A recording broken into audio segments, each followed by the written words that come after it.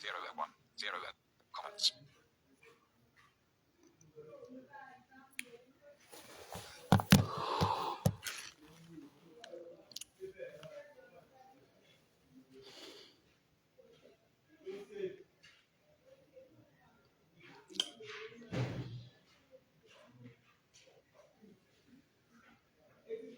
Kí gbogbo wa wípé a káàsán,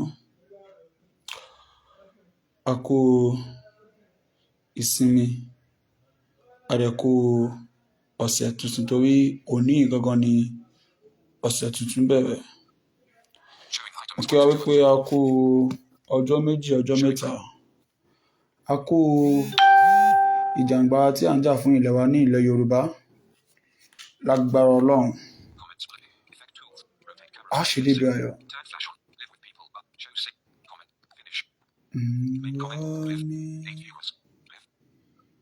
Ìmọ̀lẹ̀ ògo adúláwọ̀. Bí a bá ṣe ń wọlé, ẹ jẹ́ ká pín ètò yẹn, ẹ jẹ́ ká tẹ like, ẹ jẹ́ ká tẹ love. Ṣé mọ̀ wípé ohun tí a béèrè lọ́wọ́ yín, ohun tí a fẹ́ lọ́wọ́ yín, ohun tí ẹ lè fún wa tó lè jẹ́ ìwúrí kò ju wípé kẹ́ bá love, ẹ like, ẹ share rẹ̀ lọ. Ẹ káàbọ̀ sórí ìkànnì Tẹ́ni K ọmọ ológo foundation pẹ̀lú èmi ọmọ yín, àbúrò yín, ọ̀rẹ́ yín, ọmọ bíbí inú yín, Táíwò ọmọ ológo. Mo kí gbogbo ẹ̀yin tí ẹ ṣẹ̀ ń darapọ̀ mọ́ wa, gbogbo ẹ̀yin tí ẹ ṣẹ̀ ń wò wá fún ìgbà àkọ́kọ́, gbogbo ẹ̀yin tí ó jẹ́ wípé ẹ ti wà pẹ̀lú wa láti ìbẹ̀rẹ̀ pẹ̀pẹ̀ tí a ti ń jìjàǹgbara lórí ilẹ̀ Yorùbá, tí a ti ń sọ̀rọ̀ lórí àwọn àtúnṣe kankan ní ilẹ̀ Yorùbá, tí a ti ń sọ àwọn ohun tó yẹ ká sọ fún ọmọ Yorùbá kó tó di wípé election 2023 ó wọlé dé. Ibi náà la ti ń gbé ọ̀rọ̀ ọmọ Adéyẹmọ Ìgbòho Òòṣà, èyí tó jẹ́ ẹ jẹ́ n pè ní gbòǹgbò tó jẹ́ kí Yorùbá nation kó tún tàn káàkiri. Torí Yorùbá nation òun ní igi, ṣùgbọ́n Adéyẹmọ ní gbòǹgbò. Yorùbá nation ti wà tipẹ́tipẹ́, ṣùgbọ́n Adéyẹmọ ó tún ṣe pẹ̀lú akíkanjú àti agbára ló fi jẹ́ kí àwọn ènìyàn kí wọ́n tẹ́wọ́ gbà débi tó fi dé lọ́jọ́ tòní. And ọmọ Adéyẹmọ dẹ̀ ní ìjọba Benin Republic ni wọ́n fi sí àhámọ́ wọn tí wọ́n dẹ̀ detain ẹ̀ láì ní ìdí. Ibi la ti ń gbé àwọn ọ̀rọ̀ oríṣiríṣi yẹ̀wò ní ilẹ̀ Yorùbá, bóyá olóṣèlú ni o tí a ti fẹ̀jú wọn síta gbangba pẹ̀lú ìwà àìdá tí wọ́n ní lọ́wọ́, àbí àwọn alẹ́nulọ́rọ̀ ní ilẹ̀ Yorùbá tí wọ́n ní agbára, tí wọ́n wò wípé ohunkóhun táwọn bá ṣe àṣegbé ni. Bí ẹ bá ṣe ń wọlé, ẹ bá mi tẹ like, ẹ tẹ love, ẹ bá mi share ètò yìí dáadáa. Gẹ́gẹ́ bí mo ṣe máa ń sọ wípé bó jẹ́ èèyàn méjì mẹ́ta ló kù lórí ìkànnì, àwa ó máa sọ òtítọ́, a dẹ̀ máa sọ òdodo. Mo kí màámi Tẹ́ni ọmọ ológo, ẹ káàbọ̀ mà. Ìyá ológo tó gbáàsì, ìyá ológo tó bí ọmọ ológo, ẹ ṣé gan. Yorùbá ní wípé erin ò kì í fọn kí ọmọ rẹ̀ fọn, ṣùgbọ́n Tẹ́ni ọmọ ológo ó ní pé jẹ́ kí èmi máa fọn, kí ìwọ tí ó jẹ́ ọmọ mi náà kó máa fọn. Ìyẹn ni wípé wọ́n ní ojú ọ̀run ó tẹ́yẹ fò láì fapá kanra wọn. Ìwọ náà lè máa ṣe tiẹ̀, kí èmi náà máa ṣe tèmi gẹ́gẹ́ bí ìyá rẹ̀. Thank you very much for the opportunity given to me to speak with my people tí a jẹ́ ọmọ Yorùbá, to speak with the people tí wọ́n ní làákàyè àti òye. Thank you very much Tẹ́ni ọmọ ológo. Lágbára Ọlọ́run, làákàyè tí ẹ fi ń darí ohun gbogbo tí ẹ ń ṣe, lágbára Ọlọ́run, làákàyè náà kò ní rá mọ́ yín lórí. Òkè òkè ni ẹ múru sí, òkè òkè ló máa lọ láṣẹ ọba mi Èdùmàrè. Ẹnikẹ́ni tó bá gbógun, ẹnikẹ́ni tó bá dìtẹ̀ lórí ayé rẹ̀, agbára Ọlọ́run, ìmọ̀tún ìmọ̀jọ, ìmọ̀ wọn yóò máa di asán ni. Agbára Ọlọ́run, ìmọ̀ wọn ò ní jọ lórí rẹ̀ Tẹ́ni ọmọ ológo, torí pé òtítọ́ ló dúró lórí.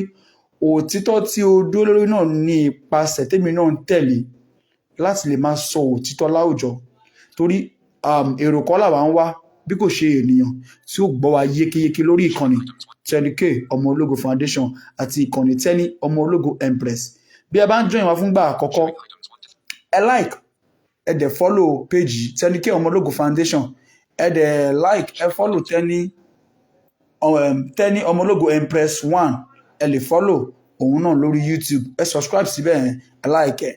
Ẹ lè lórí page, ẹ lè lórí YouTube channel tèmi náà, ẹ subscribe sí T-Square Media House, T-Square Media House, T space SQUARE Media House. Ẹ subscribe síbẹ̀, ẹ tan notification bell yẹn, ìgbàgbà tí a bá ti upload anything ẹ máa rí.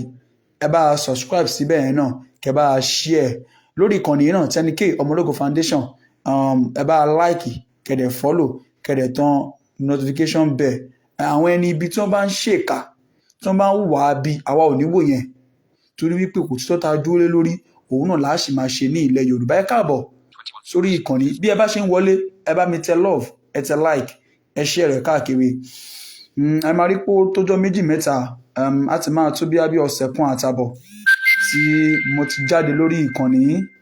Kì í ṣe wípé àti wá sọ̀rọ̀ fún yín bóyá pé kò sí, no, oríṣiríṣi topic ló wà ńlẹ̀, oríṣiríṣi topic ló wà ńlẹ̀, ṣùgbọ́n ó máa ń jẹ́ àwọn ẹ̀dùn ọkàn fún mi nígbà mi tó yẹ pé tí bá ń rí àwọn kankan táwọn ènìyàn míì bá ń ṣe tí wọn ò dúró lórí ìlànà òtítọ́, ó máa ń dùn mí díẹ̀, and well, ìyẹn ò lè discourage wa, kò dẹ̀ lè depress wa lórí ibi tí à ń lọ, because focus wa gangan òun ni Yorùbá nation.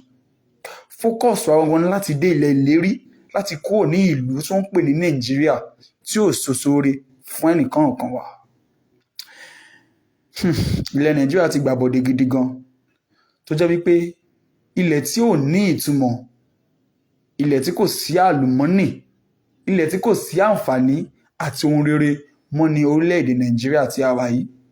Ìdí nìyẹn tí a fi ń clamor fún Yorùbá nation, tí ẹ̀yin kan fi ń rò ó wípé ohun tí a ń ṣe ò dáa.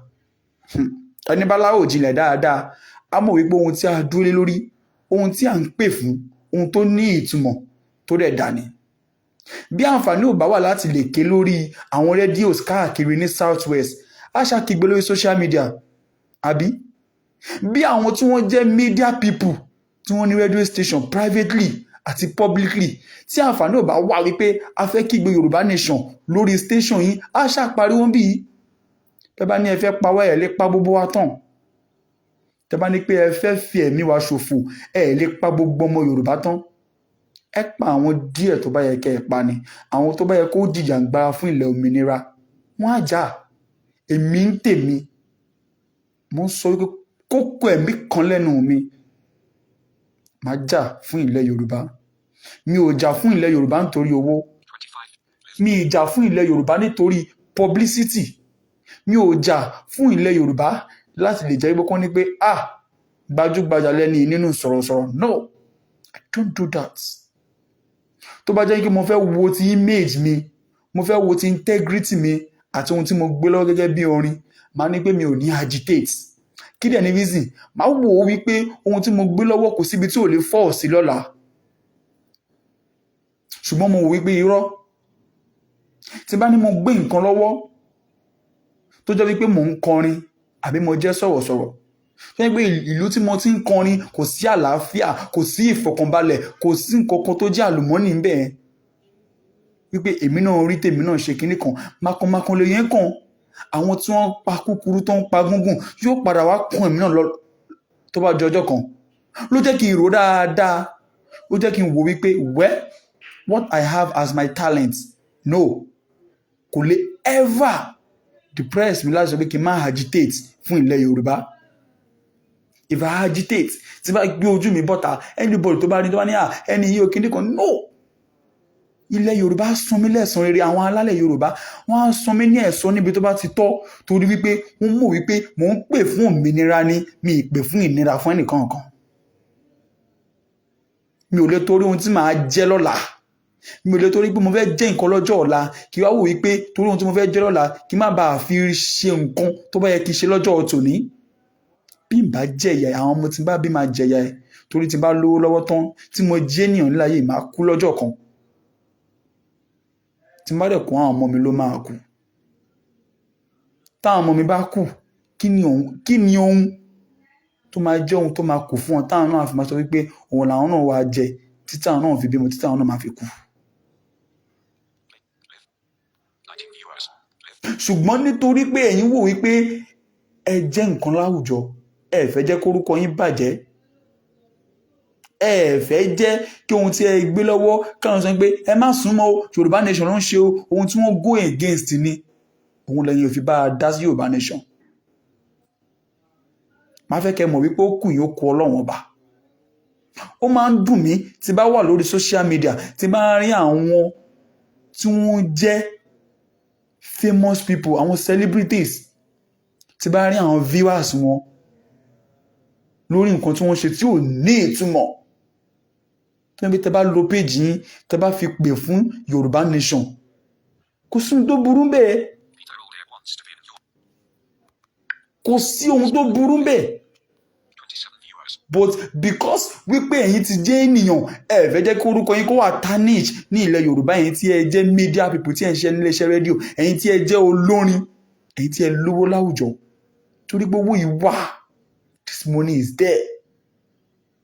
Torí pé ẹ wà famous, ẹ wà fẹ́ fi page yín láti lè fi gbé Yorùbá nation lárugẹ. Why are we all doing this? I'm just looking, mo wo àwọn page kankan. Ṣé ẹni ṣó ever sọ̀rọ̀ nípa Yorùbá nation rí? Mo rí pé kò ever sọ̀rọ̀ nípa Yorùbá nation rí. Ó dẹ̀ jẹ́ ọmọ Yorùbá. Tẹ́ bá dẹ̀ wo viewers wọn, wọ́n ní 500,000 viewers, wọ́n ní 700,000 viewers. Tí Fúlàní bá pa yín, how will these viewers be possible for you? Tẹ́ bá kú tán. Tí àwọn tí wọ́n hùwà bí ní ilẹ̀ Yorùbá, tí wọ́n bá gbẹ̀mí yín, tí wọ́n ṣe kò tọ́ fún yín, ṣé viewers ten view, ten post, ṣé àǹfààní ẹ̀ máa lè yọ fún yín tí ẹ bá ti dé ọ̀run tán? Think of this. Think of this. Eléyìí kọ́ ni ohun tí mo wá fún láti wá sọ̀rọ̀ lé lónìí. Ṣùgbọ́n ó jẹ́ ohun tó dùn mí tí bá pàdé wípé ẹ̀yin media people yìí, ẹ dẹ̀ lórúkọ, ẹ jẹ́ ènìyàn láwùjọ, ṣùgbọ́n ẹ ready láti jà fún àwọn tí wọ́n jẹ́ ẹ̀jẹ̀ yín. A dẹ̀ ń sọ wípé ìṣọ̀kan la fi ń bára wa lò ní ilẹ̀ Yorùbá. Torí pé ẹ wà famous, orúkọ yìí wà, publicity yìí wà. Ẹ dẹ̀ ready láti jà fún àwọn ọmọ ìyá yín. Why are we doing this? Máa fẹ́ kẹ́ mọ̀ kinní kan, ẹ̀yin tí ẹ jẹ́ ẹ̀yin presenters tẹ́ ń ṣiṣẹ́ lórí àwọn private radios, ẹ̀yin tẹ́ ń ṣiṣẹ́ lórí àwọn public radios. Torí pé ẹ wà lábẹ́ ìjọba orílẹ̀-èdè mujẹmujẹ tí ẹ dẹ̀ fẹ́ sọ òtítọ́ ọ̀rọ̀. Àtẹ̀yin tí ẹ jẹ́ olórin, tí ẹ jẹ́ celebrities. Máa fẹ́ kẹ́ mọ̀ o wípé àwọn tí wọ́n ń ṣe fún àwọn mẹ̀kúnnù lénìí, tí wọ́n ń ba ayé àwọn mẹ̀kúnnù jẹ́, wọ́n ń bọ̀ lọ́dọ̀ àwọn ọmọ tí wọ́n dẹ̀ ń bọ̀ lórí tí ń gangan fúnra yín. Ìgbà tó bá dórí yín, àwọn oníwà pariwo fún yín. That is that for you. Mo kí yín bẹ́ ṣe ń wọlé. Ẹ like, ẹ love, ẹ share rẹ̀. Ẹ rí description mi, ẹ rí ohun tí mo kọ. Opinion tèmi ni o. Mi ò wá láti wá tako anybody. Mi ò dẹ̀ wá láti wá sọ̀rọ̀ against anybody. But opinion mi lórí ọ̀rọ̀ ọmọ Adéyẹmọ attack tó wáyé ní àdúgbò. Ẹ gbọ́ dáadáa o, ní àdúgbò ni wọ́n sọ o. Àdúgbò ni wọ́n ló ti ṣẹlẹ̀ o. Because I also truly mi ò sí ńbẹ̀ o. Fídíò táà náà ń rí la fi ń sọ, but I try to contact àwọn kan tó wà ní Ìbàdàn to know what is going on gangan. But wọ́n ní àdúgbò lọ̀rọ̀ yẹn ti ṣẹlẹ̀. Why tí àwọn kan wá jáde tó wá ń sọ wípé ilé olóyè Sunday Igboho gangan ni? Kí ló dé? Tí ẹ bá béèrè fún owó, tí wọ́n bá fún yín lówó, ṣé ilé wa ní àǹfààní tí ẹ fẹ́ lò láti fi gba owó lọ́wọ́ àwọn ènìyàn tó wà ní diaspora? Ohun tó ṣẹlẹ̀ lánàá, wọ́n ti ń jìjà ní ọ̀rẹ́ méjì níbi sókà nílé olóyè Sunday Igboho. Ó ti ń tó bí ọjọ́ méjì mẹ́ta. Ṣé mọ̀ wípé Yorùbá sọ pé kò sí bí a ṣe lè porí ìkòkò, bí a ṣe lè porí ajá tí a ní pé ìkòkò tó jẹ́ kínní tó ṣe bí òwe níwájú ẹ̀yin bàbá mi, ẹ má bínú, àtẹ̀yin ìyá mi. ṣùgbọ́n máa fẹ́ kí a fi òye gbé ọ̀rọ̀ tó wà ńlẹ̀ yìí torí kí wọ́n mọ̀ pé olóyè Adéyẹmọ Ìgbòho Òòṣà ó wà níbi tó wà ẹni tó dẹ̀ lórúkọ wọ́n dẹ̀ mọ̀ pé ohun tó gbé lọ́wọ́ Yorùbá nation ló ń fight fún. Àwọn pípù yìí àti àwọn tí wọ́n pa wọ́n they have some clash between themselves before ṣùgbọ́n torí pé wọ́n ń boast wípé ọmọ Ìgbòho làwọn there is nothing they can do for them ó jẹ́ kí attack tó wáyé ní junction yẹn kó wáyé. Mi ò ever support government and I can never support them because Seyi Makinde is an evil person. He's a silent killer. But mo ń bọ̀ ń bẹ̀ yẹn but mo fẹ́ analyze àárín yẹn gangan ni. Nígbà tí ẹ gbé fídíò jáde tí ẹ ń sọ wípé wọ́n á attack ilé olóyè Sunday Igboho gangan kí ni ohun tí ẹ mean? That is my question for you. Kí lẹ fẹ́ bring out láàárín yẹn sà? Tí a dẹ̀ rí fídíò wípé wọ́n attack ilé olóyè Sunday Igboho àbí pé ilé ẹ̀ gangan ni wọ́n ṣe ìkọlù sí. Nítòótọ́ ẹni tó wà in question of this issue ẹni tó ń pè ní auxiliary yìí ọ̀daràn paraku ni kò sọ́ni tí ò mọ̀. Tí a bá rántí ó ní àwọn ọdún kan kọjá ní pé olóyè Sunday Igboho join Yorùbá nation there are some issues between both of them then. Bọ̀bọ́ yìí ń kanta pẹ̀lú olóyè Sunday Igboho tòótọ́ because ilé tó ṣe ẹ̀ ṣí ní last week Thursday wọ́n ní bó ṣe kọ́lé yẹn bí ilé olóyè Sunday Igboho ni because ó ní hatred fún Ìgbòho Òòṣà. Láti ìgbà tí Ìgbòho Òòṣà tí ó ti lọ declare fáwọn Fúlàní ní last year nínú tí ń bí Ṣèyí Mákindé láti ìgbà yẹn ni Ṣèyí Mákindé ti wá downfall fún Ìgbòho. Ṣé Mákindé lóhùn ò mọ̀ nípa attack tó ṣẹlẹ̀ ní July 1st ni ó mọ̀ nípa ẹ̀ mò ń bọ̀ ń bẹ̀. Ṣùgbọ́n àwọn ọmọ yìí àwọn ẹni yìí torí kí wọ́n jẹ́ ọmọ lẹ́yìn Sunday Igboho àwọn tí wọ́n pa lánàá torí kí wọ́n jẹ́ ọmọ lẹ́yìn Sunday Igboho wọ́n ti ní ìjà pẹ̀lú àwọn boys auxiliary tẹ́lẹ̀. Ẹ jẹ́ ká jáde ká máa sọ òtítọ́ ọ̀rọ̀ ẹ má jẹ́ ká máa fi ìbẹ̀rù sáwọn ìyá oníyà àwọn bàbá oníbàbá.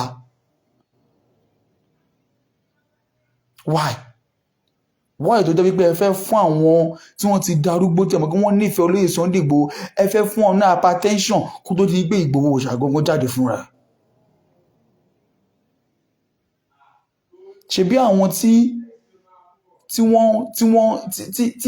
ẹ ń fún ní ìpayà yìí tí ẹ ń fún ní ìbẹ̀rù ṣebí àwọn náà wà láàárín àwọn tí wọ́n ń pè fún òmìnira fún ilẹ̀ Yorùbá. Ṣebí àwọn tí a jọ máa wọ ilẹ̀ Yorùbá gangan ní àwọn ẹni yìí. Why tí a fẹ́ wá fi gbẹ̀mí ara wa kó tó di pé Yorùbá nation dé? Ohun gbogbo tí a bá ń ṣe ẹjá máa ṣe pẹ̀lú ìbẹ̀rù Ọlọ́run náà. Okay, fídíò tí ẹ gbé jáde tí ẹ sọ wípé wọ́n àtàkì ilé olóyè Sunday Igboho gangan ibi tí wọ́n ti yìnbọn fún àwọn buildings yẹn please can you bring it out? Nígbà tí ẹ dá wàhálà lẹ́tàn tí ẹ mọ̀ wípé ọmọ Adéyẹmọ gangan is in charge of this Yorùbá nation. Ẹ wá ń tag orúkọ ẹ̀ ń tag ẹ̀ mọ́ ìwà burúkú tí ẹ ti lọ wúlẹ̀ tẹ́lẹ̀. Why are we doing all this? Why are we doing all this? Nígbà tí ẹ ń sọ wípé àwọn kan ló rán wọn ṣé ibi tó yẹ ká ti máa fura gangan nìyẹn. Ibi tó yẹ kí ọmọ Yorùbá ti máa fura nìyẹn. How did you know wípé àwọn tó rán wọn nìyẹn? Ṣé wọ́n fi ẹnu ara wọn sọ fún yín pé àwọn tó rán àwọn nìyẹn? Ṣé Mákindé can do it? I'll dispute ẹ̀. But kí ló dé tẹ̀yin ò sọ what behind this issue kó tó di pé ẹ gbé fídíò bọ́ta wípé wọ́n àtakò ilé olóyè Sunday Igboho ẹ ti mọ̀ wípé tí wọ́n bá ti rí àwọn tó máa dáwó because you are expecting some money before ẹ ti ń béèrè owó lọ́wọ́ àwọn ọmọ Yorùbá tẹ́lẹ̀ ṣùgbọ́n wọn ò fi taratara wọn ò kọbi ara sọ́dọ̀ yín mọ́ bí ti tẹ́lẹ̀. Ṣebí a rí àwọn fídíò tí ẹ gbé jáde wípé wọ́n attack ṣe bí à ń gbọ́n àwọn ènìyàn ń sàlẹ̀ tí wọ́n rẹ́rìn tí wọ́n smile ṣé ilé tí wọ́n attack ni? Why are we doing this? Ẹ má jà torí ohun tí a fẹ́ jẹ ká fi bọ̀ láwa jẹ́ náà. Ẹ má jà torí wípé a fẹ́ jẹ nǹkan tó máa tán ní ọjọ́ kan ká fi ba ayé àwọn kan jẹ́, ká fi ìbẹ̀rù ká fi sí wọn lọ́kàn. Ṣé ẹ̀yin mọ iye àwọn ènìyàn tí heart attack, hypertension tó ti dé bá lánàá? Ẹ mọ iye ọgọ̀rọ̀gọ̀ many people tí wọ́n ti sunkún lánàá lórí ohun tí ẹ gbé jáde. Why are we doing all this? Let us speak the truth. Let us speak the truth. Kò dìgbà tí a bá ń blackmail, tí a bá ń ṣe ohun tí ò yẹ fúnra wa kó tó di pé ohun tó yẹ kó tẹ̀ wá lọ́wọ́ náà. I'm not speaking against anybody. I'm saying my opinion. Mi ò dẹ̀ fi kú yẹn tó kù yìí kí Ọlọ́run tẹ̀ sí afẹ́fẹ́ rere. Ṣùgbọ́n tí a bá bi àwọn tó wà ń bẹ̀ tí wọ́n bá rẹ́dì láti sọ òtítọ́ ọ̀rọ̀, wọ́n á sọ ohun tó ṣẹlẹ̀ fún wa. Ṣé is there any rally yesterday? No, no, because I'm confused. Video yẹn confuse me. Is there any rally yesterday tí wọ́n fi wá attack wọn? That is my question. Second question mi nìyẹn. Ṣé any rally kankan tó jẹ́ ti Yorùbá nation ṣó jáde lára àbí rally láti free olóyè Sunday Igboho ṣó jáde lánàá tí wọ́n fi wá attack wọn? I just want to know that aspect. Nígbà tí ẹ ti lọ fi orúkọ Ìgbòho tí ẹ ti lọ fi fa wàhálà tán, ẹ wá ń dá sí àwọn tó wà lókè òkun, ẹ wá ń dá sí wọn lọ́rùn.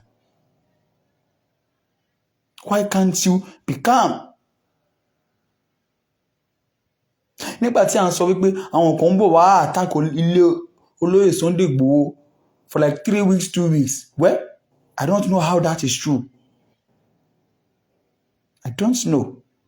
But I surely know wípé ohun tó ṣẹlẹ̀ lánàá, ẹ̀yin kan ẹ mọ ibi tó ti ṣẹ̀ wá, ẹ dẹ̀ mọ ohun tí ẹ fà tí ọ̀rọ̀ yẹn tó fi rí bẹ́ẹ̀.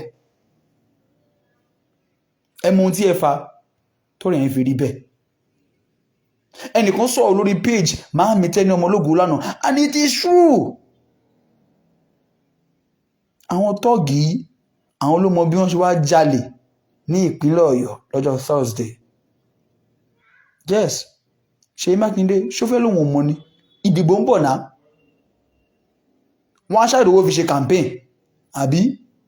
Wọ́n máa wọ́wọ́ fi ṣe campaign. Ẹ̀yin òṣìṣẹ́ tí Ṣèyí Mákindé tó ń fi owó oṣù tó fi ń tàn tí ẹ ń rò bí pé nǹkan dára ló ń ṣe. He's doing evil for you. This man is an evil man. And Ṣèyí Mákindé is a silent killer. Is a silent killer. But why are we doing this?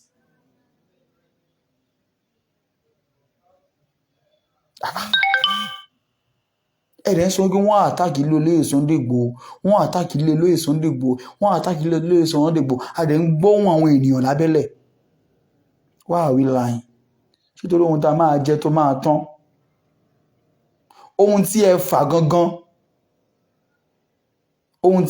gangan tí ọ̀rọ̀ yẹn fi rí bẹ́ẹ̀, ẹ jáde wá sọ òtítọ́ ọ̀rọ̀ fáwọn ọmọ Yorùbá.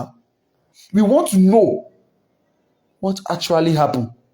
Tí àwọn ọmọ auxiliary burúkú yẹn tí wọ́n fi ń jáde láti wá attack, ó ṣe jẹ́ ẹ̀yin nìkan ni wọ́n attack. Tí ó bá jẹ́ wípé bóyá wípé ẹ ti jọ fa nǹkan sẹ́yìn àbí ẹ̀yin àti wọ́n ti jọ ní nǹkan lábẹ́lẹ̀ tẹ́lẹ̀, ó ṣe jẹ́ let's know now. Àbí ṣé wá lè jáde lánàá ni? Because I'm confused. Ṣé wọ́n ṣe wá lè lánàá ni? Because kò yé mi mọ́ o. Kò yé mi mọ́. Because mo assure yín pé tí wọ́n bá ń ṣe rally ní ilẹ̀ Yorùbá, àwọn mídíà kọ̀ọ̀kan máa ń gbé á dẹ̀ rí.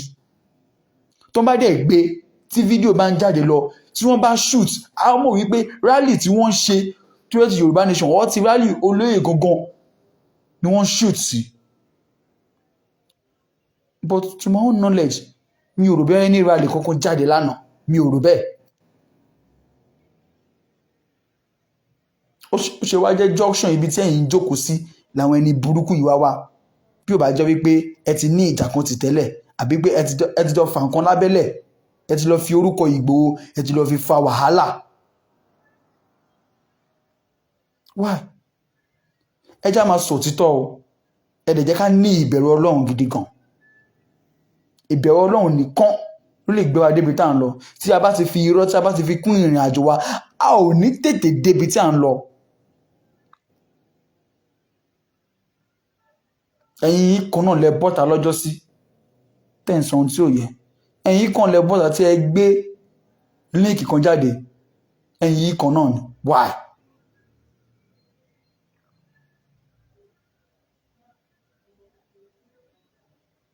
Ẹ fẹ́ wá jẹ́ kí àwọn tí wọ́n ní ìfẹ́ sí Yorùbá nation, ẹ fẹ́ wá jẹ́ kí wọ́n máa sá wípé ṣèbí owó ni wọ́n ń gbà ń díẹ̀. Everything, is it always about money? Ṣé gbogbo nǹkan lówó ni? Ẹ ń jẹ́ kí àwọn tí wọ́n ní ọkàn àti ẹ̀mí àti ara láti fi ṣe Yorùbá nation, ẹ ń jẹ́ kí wọ́n máa sá lọ wípé torí wọ́n mọ̀ wípé tàbá kúkú wọbẹ̀ owó náà máa béèrè fún. And àwọn míì wọ̀ tó yẹ pé wọ́n ní agbára, wọn ní owó. Yes, ibi tí ẹnu wọn dé, àwọn tó ní owó wọn ní agbára débẹ̀. But because of this issue wípé ẹ̀ ń pè fún owó ní gbogbo ìgbà, wọ́n jẹ́ kọ́pọ̀lọpọ̀ máa sá sẹ́yìn lórí ọ̀rọ̀ Yorùbá nation.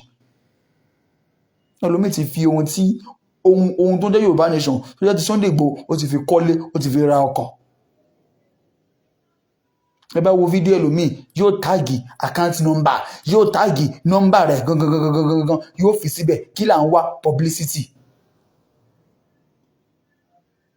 Ẹlòmíì ti create group rẹ́kẹrẹ́kẹ́ lọ lórí ọ̀rọ̀ wípé kán máa fi owó, kán máa dá owó, kán máa ṣe gbá, kán máa ṣe kókó bàbá àṣàsùn. Why always this? Ṣé a lè ever think of next topic to treat on lórí ọ̀rọ̀ Yorùbá nation? Tó jẹ́ wípé owó ní gbogbo ìgbà. Ẹ jáde o, ẹ já mọ̀ the full details of what happened yesterday. Ohun tó fa àtàkì yẹn gangan, ẹ já mọ̀ o. Let's know it. Torí ẹ̀yin sọ pé wọ́n àtàkì ilé olóyè Sunday Igboho, òun lẹ́yìn sọ ń bẹ̀ yẹn. Ẹ dẹ̀ ní kí wọ́n pa ènìyàn méjì. But the video táwọn ń rí àti àwọn átíkù tó ń jáde, ènìyàn kan la rí. Kí ló dé? Ènìyàn kan la èmi ẹ̀rọ mọ̀ o. You know, I can't see the video. But átíkù tí èmi ń kà àti ohun tí mò ń rí, ènìyàn kan lèmi ń rí o. I don't know the reason. I don't know the reason. Opinion tèmi nìyẹn. Ní wípé ẹ jẹ́ kí a ṣe ọ̀rìnkìnníwí ìwádìí ohun tó fà á tí àwọn ẹni bíi àwọn ènìyàn burúkú tí wọ́n fi lọ attack. Because wọ́n ní táwọn kan ń gbé tó máa wọ aṣọ olóyè Sunday Igboho wọ́n pa wọ́n ni. I don't freaking care of that. Èmi wọlé ni ṣe bóun rí lọ́rùn mi. Mo wọ free Igboho. I wear it. But kí ni ohun gangan tẹ́yìn fúnra yín gangan ti ṣe tí wọ́n fi wá attack yín? We want to know that, sir. We want to know that. A fẹ́ mọ̀. Ẹ wá ṣe àlàyé fún wa. Because ohun tẹ́ ń pariwo ni wípé ilé olóyè Igboho náà attack o, ilé olóyè Igboho náà attack o. There were any traces. Mi á mọ̀ bóyá ẹ̀yin kan bóyá ẹ rí fídíò ibi tí wọ́n ti fi ìbọn scatter ilé olóyè. I don't know. I'm not sure of that. But opinion tèmi, àwọn lèmi sọ. Àti ìwòye mi and what I think of. But I'm still begging. Ẹ má jà máa fi irọ́ clamor. Ká máa fi irọ́. Ká máa fi wá ohun tí ò yẹ ní ilẹ̀ Yorùbá. Ẹ má jà máa fi irọ́. Ká máa fi wá ohun tí ò bá yẹ ní ilẹ̀ Yorùbá. Let us say the truth. Mi ò attack anybody. Mi ò dẹ̀ sọ̀rọ̀ against anybody. Mo ń sọ view tèmi ni. That is my part. Bí a bá ṣe ń wọlé, ẹ like, ẹ love, ẹ share ètò yẹn lẹ́ẹ̀kan sí. Ẹ like, ẹ love, ẹ share rẹ̀. Ẹ share dáadáa, ẹ jẹ́ ó lọ káàkiri kó lọ kárí ilé, kárí oko. Ọ̀rọ̀ mi ẹlẹ́ẹ̀kejì, tó bá tiẹ̀ wá jẹ́ wípé ó wá rí bẹ́ẹ̀ ní ilẹ̀ Yorùbá, wípé wọ́n á àtàkì ilé olóyè Sunday Igboho. Níbo ni àwọn warriors tí a ní, níbo ni wọ́n wà? Torí èmi ò mọ reason tó jẹ́ wípé àwọn kan wà ń bì kan wọ́n ń ṣe fídíò tí ò yẹ, wọ́n fi ń tàn wá ní ilẹ̀ Yorùbá. Ẹ ṣe first video, ẹ̀yin gangan lẹ sọ ní fídíò yẹn. Ẹni wípé tí ọba kọ̀ọ̀kan bá sọ̀rọ̀ ní ilẹ̀ Yorùbá, ẹ máa bẹ́ orí wọn ni. That same month, Ọọ̀ni of Ifẹ̀ ó sọ̀rọ̀ wípé there's nothing like Yorùbá nation. Ọbásanjọ́ sọ wípé there's nothing like Yorùbá nation. Ẹ ṣe nǹkan kan lé lórí sáà. And secondly, ẹ ṣe another video last month. Ẹni ẹ ń protect Lagos to Ibadan expressway. And on daily basis, wọ́n ṣì ń jí àwọn ènìyàn gbé mẹ́ẹ̀, wọ́n ṣì ń pa àwọn ènìyàn. See nothing. Báwọn kan bá ń sọ òtítọ́ ọ̀rọ̀ fún yín, ẹ̀yin kan ẹ̀ dẹ̀ dìde, ẹ máa sọ ọ̀tako ẹni yẹn. Wáyé tó jẹ́ wípé irọ́ lọmọ Yorùbá fẹ́. Lánàá, wọ́n ní kí wọ́n ń jà ní junction. Bó tẹ̀jẹ́ wípé àwọn kan sọ wípé ilé olóyè Sunday Igboho, okay, wọ́n ní wọ́n ń jà ní ìtòsí ilé olóyè Sunday Igboho nílé Igboho gangan. Ẹ̀yin tí ẹ dẹ̀ pé ẹni warriors, ẹ try láti gbéra láti lè lọ, ẹ dẹ̀ sọ fún wa pé ẹ ní ọmọ ogun ńlẹ̀. Àwọn ènìyàn náà ló máa jáde, ló máa sọ fún yín ní diaspora, náà sọ fún yín ní ilẹ̀ Yorùbá wípé ẹ fún wa ní owó, a fẹ́ ra àwọn nǹkan ogun. Àwọn nǹkan ogun tí ẹ̀ ń kó ẹ̀ fún wọn, níbo ni wọ́n kó sí? Ṣebí wọ́n ra ọ̀pá, wọ́n dẹ̀ láwọn lákàrà, wọ́n ra àkàrà náà. Ṣebí owó tí wọ́n ń béèrè fún òun ní láti lè fi ra àwọn nǹkan wọ̀nyí ní ilẹ̀ Yorùbá. Nígbà tí nǹkan yìí ṣẹlẹ̀ ní ilẹ̀ Yorùbá, kí ló dé tí wọ́n ò jáde? Tó bá jẹ́ pé wá come to reality, kí wọ́n ti wá àtàkì ilé olóyè Sunday Igboho tòótọ́, ṣé wípé bí ẹ̀ ṣe ní yọjú náà lélẹ́yìí, this shows wípé these people wọ́n love Igboho. Ṣùgbọ́n tí a bá sọ òtítọ́ ọ̀rọ̀, ẹnì ká mú orí wá ká fọrùn lẹ̀ torí pé ẹ fẹ́ òtítọ́ nílẹ̀ Yorùbá. This same man, downfall Adéyẹmọ ló ń wá, that is the fact of it. Either you take it or you leave it. Downfall Igboho ló ń wá. He's not ready to work with ọmọ Adéyẹmọ. He's not ready. And Adéyẹmọ ọgbọ́n ni kò fura. Adéyẹmọ bàá mi, Igboho ṣà, akọni ọkùnrin, ẹ̀yin lẹ fura. Kìdé ṣe pé gbé ẹ̀ fura náà, ṣùgbọ́n ẹran ìfẹ́ tí ẹ ní tó jẹ́ wípé ẹ máa ń kó ọ̀pọ̀lọpọ̀ ènìyàn tó bá ti jẹ́ ọmọ Yorùbá, ẹ máa ń kó wọn lára, ẹ máa ń kó wọn mọ́ra ló fà á. Torí tí ẹ bá wú ọ̀rọ̀ yìí dáadáa, this man is not ready to fight for Igboho at all. Wọ́n gbó ready láti fight fún Adéyẹmọ ni, no matter anything. Nígbà tí fídíò tí ẹ jáde, kán tí ẹ wú kán lè Igboho lásán, ìlú ẹ̀kẹ́ kọ́ débẹ̀. Ṣé bẹ́ẹ̀ nígbẹ́ ní ọmọ ogun ni? Ṣé bẹ́ẹ̀ yìí lẹ sọ? Yóò pé ọdún kan ní April tí ẹ sọ wípé ẹ máa attack àwọn radio stations káàkiri. Ṣùgbọ́n kí ló dé tí ọmọ Yorùbá ò wá ronú? Ṣé oògùn ni wọ́n ń lò fún wa ni? Because I look it deeply. Ìgbónàbọ̀ rẹ̀ kì í ṣe ojú lásán mọ́. Tó bá dẹ̀ ti gbé mi jáde, ẹ̀yin náà lẹ́ẹ̀ máa follow, lẹ́ẹ̀ máa pariwo. Kí ló dé tí ẹ ti ẹnìkan síwájú tó jẹ́ wípé ẹni yẹn nígbà tó fẹsẹ̀ kọ́ tán tó ṣubú, ẹ ready láti gbé ẹni yẹn dìde, ẹ wá rí ẹlòmíì tó wá ń bọ̀, ẹ wá ní ẹni yẹn ló kù tí ẹ fẹ́ gbá lọ́wọ́ mú láti lè máa mú sáré. Ẹni tó ṣubú, kí ló dé tẹ́ ready láti gbé òun náà dìde káwọn méjì tó máa sáré pọ̀?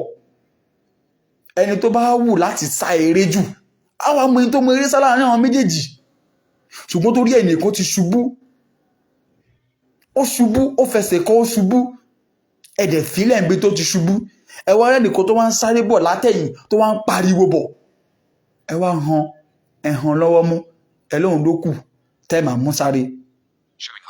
Ẹni tó wá ṣubú, kí ni ọ̀nà tí ẹ̀ ń gbà láti fi gbérú ẹni bẹ́ẹ̀ dìde? Ṣé bó ṣe ṣubú, ṣé ibi ìṣubú tó ṣubú sí, ṣé ibẹ̀ ni ẹ fẹ́ kó kú sí ni? Ṣé ibẹ̀ ni ẹ fẹ́ kó ṣègbé sí ni? Àbí gbòǹgbò tó gbé ṣubú, ṣé àǹfààní ò sí fún ẹnikẹ́ni láti gbé gbòǹgbò náà kúrò lọ́nà ẹni tó ṣubú ni? àbí ẹ̀rọ bóyá ẹni tẹ́ ń mú sáré tóun náà sáré tí inú ẹ̀ ń dùn tó ń pariwo sí ilé tí tóun náà bá ṣubú. ṣé ohun tí ẹ ṣe fún ẹni àkọ́kọ́ náà lẹ́ ṣe fẹ́ ẹni kejì? àbí ẹ̀rọ bí agbóǹgbò tó gbé ẹni àkọ́kọ́ ṣubú ṣé ẹ̀rọ bí kò ní gbé ẹni kejì náà ṣé ẹ̀rọ bí kò ní gbé ṣubú ni? Let's think of this. Let's think of this. àbí kí ló dé?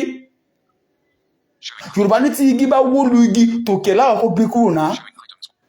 ṣe bí ẹ tiẹ̀ kọ́kọ́ gbé ọ̀rọ̀ ọmọ Adéyẹmọ ẹ kọ́ gbé tiẹ̀ dìde náà kó tó di wípé ẹ bẹ̀rẹ̀ sí ń fa tẹnìkan. àbí nígbà tí ẹ bá sọ wípé ẹ fẹ́ ti igi méjì bọ̀nà lẹ́kọ̀ọ́ náà báwo ló ṣe lè ṣeé ṣe? It can never be possible. ṣùgbọ́n ìwà ọ̀dàlẹ̀, ìwà wípé Yorùbá ò jọ pẹ̀lú ìṣọ̀kan tí wọ́n sì ń sọ náà ẹ̀yin fúnra yín náà ẹ sì ń prove out wípé yes it's real. èmi ní tèmi èmi Táíwò èpè tí wọ́n ní wọ́n ṣẹ́ nílẹ̀ Yorùbá kò já èmi ó kò dẹ̀ lè ever jà mí. tó bá ní ọmọ Yorùbá ń pé ẹnu wọn ò kò irọ́ ni ọ̀rọ̀ orí ẹnu ni àwa gangan fúnra náà là ń jẹ́ kí ọ̀rọ̀ yẹn kó wá sí ìmúṣẹ tí à jẹ́ kí ẹnu kankan kó kò torí pé is what we can do on ourselves is what we can do. tó bá pè hàn ní àbí fúnra dáadáa ṣe bóyá kó nítọ̀hún pà fún ẹ̀mọ́ ni. tí wọ́n bá sọ wípé ẹni ibi ni lágbájá ṣe bóyá kí lágbájá gan fira ẹ̀ hàn wípé òun ò kì í ṣe ẹni ibi wọ́n fẹ́ bà òun lórúkọ jẹ́. ẹ wá ń torí ìlara àti ọ̀tẹ̀ ẹ wá ń torí ẹ fẹ́ fi pa orúkọ ọmọ Adéyẹmọ ẹ fẹ́ fi pa á mọ́lẹ̀ torí ohun tẹ́yìn fẹ́ jẹ́ kọ́ máa lè pẹ̀yìn náà ní akọni kọ́ máa lè gbẹ̀yìn náà sórí gẹ̀gẹ̀gẹ̀. ẹ rántí kinní kan ẹsẹ̀ mẹ́fà ni kò sẹ́ni tí ò ní wọbẹ̀. tó bá jẹ́ wípé tòótọ́ ni ẹ ń ṣe pẹ̀lú ọmọ Yorùbá ó kù yín ó kọ Ọlọ́run ó kọ àwọn alálẹ̀. torí ohun gbogbo tẹ́yìn fúnra yín kan tẹ́yìn fẹnu sọ lórí social media wípé ẹ ní ọmọ ogun ẹ ní nǹkan ó pẹ̀lú ohun táwọn ènìyàn kan fi kógun jà wá ní ilẹ̀ Yorùbá. ó pẹ̀lú wọ́n fẹ́ wò bóyá ọmọ ogun wà lẹ́yìn tòótọ́ ni. that means tí ogun náà bá bẹ̀rẹ̀ ní pẹrẹwu ẹ̀yin tí ẹ pera yín wípé ẹ ní ọmọ ogun ní ilẹ̀ Yorùbá ẹ ní lè dìde láti ja ìjà kankan. torí bí n ti rọra ṣẹlẹ̀ lánàá àrójú yín ta ẹ sọ̀rọ̀ ṣùgbọ́n tó bá di wípé kò sí nǹkan lọ́wọ́ yín mọ́ tí ẹ bá broke ẹ jáde ẹ gbé nonsense video kan jáde. àwọn tí ó yẹ kí wọ́n follow náà tó yẹ kí wọ́n ronú jinlẹ̀ wípé látijọ́ yìí tí mánu yìí ti ń fọ́ ẹnu kí ni kókó 1 point tó rọra ṣe. ẹ dẹ̀ ń pariwo à ń sọ à ń sà ẹlẹ́ẹ̀mẹ́rin tó kú. ẹ̀yin kan dẹ̀ wà ń bì kan ẹ̀yin sọ fẹ́ nìkan wípé ológo àná kí ni ògo tí yín àbí kí lẹ́yìn ti gbé àbí kí ni ohun tí ẹ ti gbé ṣe ní ilẹ̀ Yorùbá àbí ṣó easy ni kí èèyàn máa gbójú ara ẹ̀ síta láti sọ pé òun lágbájá lòun jà fún ilẹ̀ Yorùbá.